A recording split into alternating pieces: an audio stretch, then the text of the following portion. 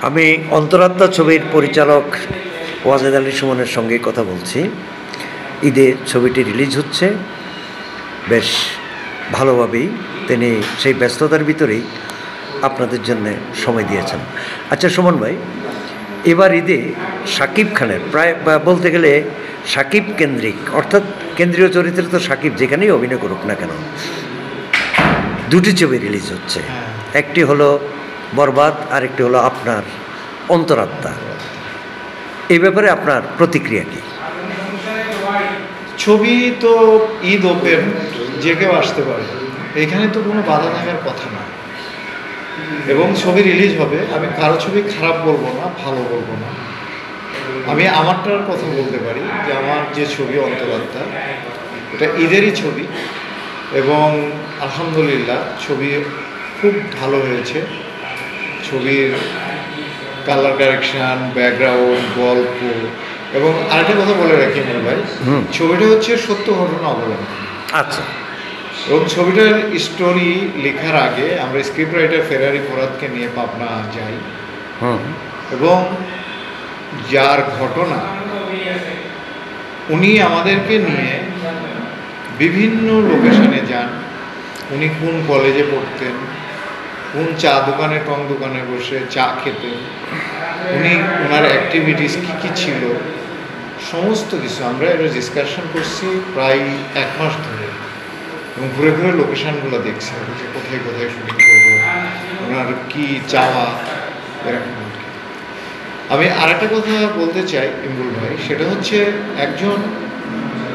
একটা ভালো ছবি বানানোর জন্য একজন ভালো প্রডিউসার দরকার। তো ভালো প্রডিউসার আমার দৃষ্টিতে সোহানি আপার উপরে আর কেউ নেই। বিকজ পুরো নামটা বলতে হবে ওনার, সোহানি হোসেন।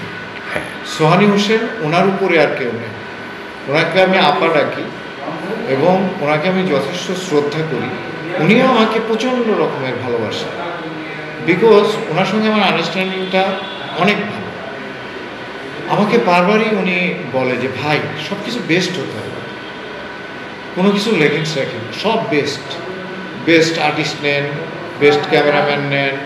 যেমন ধরেন আমি কলকাতায় এটার এডিট শেষ করলাম, করার পরে আমি বোম্বে চলে গেলাম, এটা কালার কারেকশন করলাম।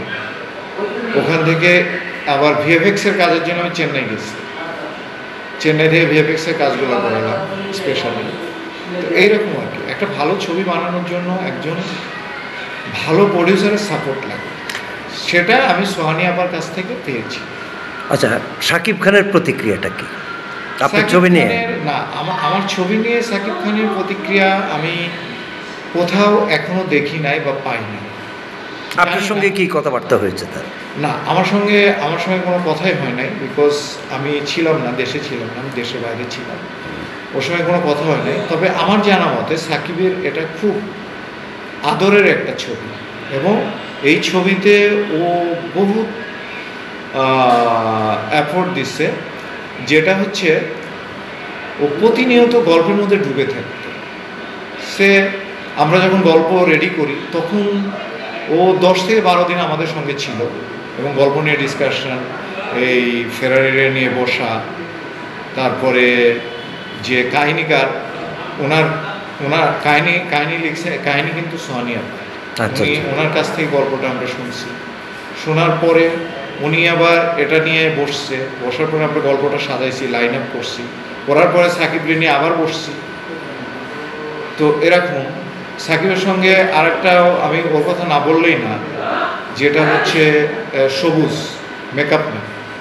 অ্যাকচুয়ালি সবুজের মাধ্যমে আমি আপার সঙ্গে পরিচিত হই।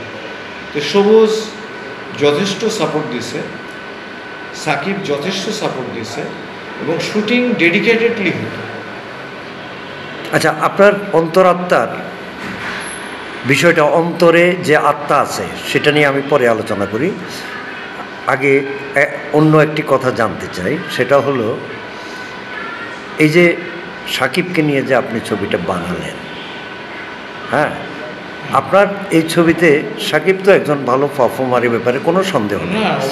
হ্যাঁ, ভালো অভিনেতা এবং হ্যাঁ, আপনার ছবিতে সবচেয়ে বেস্ট পারফরমেন্স কে করেছে আপনি মনে করেন আপনার আমি দৃষ্টিতে? আমার ছবিতে আমি মনে করি বেস্ট পারফরমেন্স সাকিব খানই করেছেন, কারণ ওর কথা বলা, এর মধ্যে একটা ডায়লগস মেবি ভাইরাল হয়ে গেছে, আমি কিন্তু আমি, আন্ডারস্টিমেট করা যাবে না।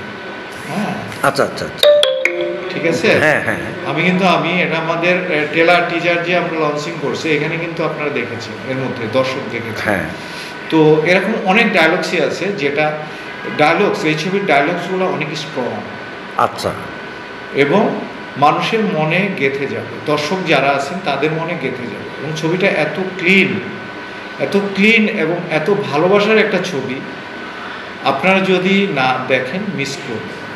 শুন ভাই, তারপরে দর্শকদের উদ্দেশ্যে আমার আরেকটা বলার থাকবে ভাইয়া, সরি, দর্শকদের উদ্দেশ্যে আমার আরেকটা বলার থাকবে, যেটা হচ্ছে আপনারা ছবিটা দেখবেন, আমার এতটুকু কনফিডেন্স আছে, আপনাদের কাছে ভালো লাগলে ভালো বলবেন, যদি ভালো না লাগে আপনারা না বলবেন, আমার কোনো আফসোস থাকবে না।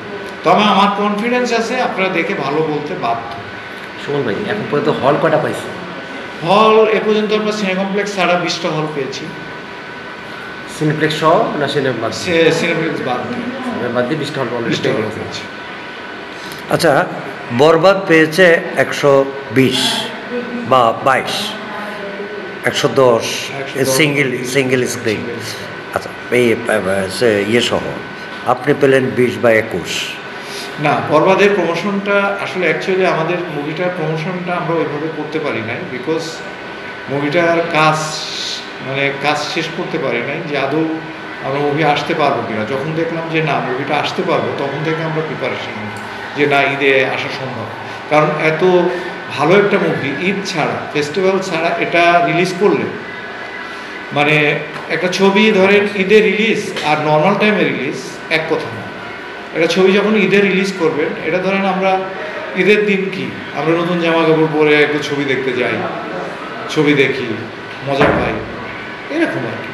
তো নর্মালি ওদের বরবাদের হাইপটা অনেক বেশি, বিকজ ওরা অনেক দিন ধরে প্রমোশন করছে। আচ্ছা, তার নায়িকা যে নিলেন আপনি, দর্শনা বণিক। জি, দর্শনা বণিক তো কলকাতাতে তেমন একটা পরিচিত না, অপরিচিত একটা মেয়ে। হ্যাঁ, এটা যেহেতু বাস্তবধর্মী গল্প ভাইয়া, সেহেতু আমরা জিনার গল্প ওনার সঙ্গে মিলিয়ে একটা হিরোইন খুঁজছিলাম, ওনার সঙ্গে মিলিয়ে আমরা শেষ দর্শনা বণিককে পেলাম। দর্শনা ওখানে কাজ করেছে বা করে নাই, মানে এটা আমাদের দেখার বিষয় ছিল না। আমার বিষয় ছিল যে একটা ক্যারেক্টার সিলেকশন একটা মুভির জন্য বিরাট বিষয়। তো আমার কাছে মনে হয়েছে যে এই ক্যারেক্টারের জন্য দর্শনা অ্যাপ্রোপ্রিয়েট, এবং তাকে অনেক সুইট লাগছে মুভিতে, অনেক ভালো লেগেছে। আপনারা যদি মুভিটা দেখেন তাহলে দেখবেন, এর মধ্যে দেখে ফেলেছেন হয়তো আমাদের গান, তারপরে ট্রেলার, টিজার, 2টা গান রিলিজ হয়ে গেছে। তো ওকে অস্বাভাবিক, মানে অসাধারণ লাগছে এক কথায়। এবং অ্যাক্টিং সাকিবের সঙ্গে প্যারালালি হেজিটেটেড বা সে কি, এই বিষয়গুলো ছিল না। ও খুব খোলা মনে অভিনয় করছে, খুব ভালো করেছে। ধন্যবাদ।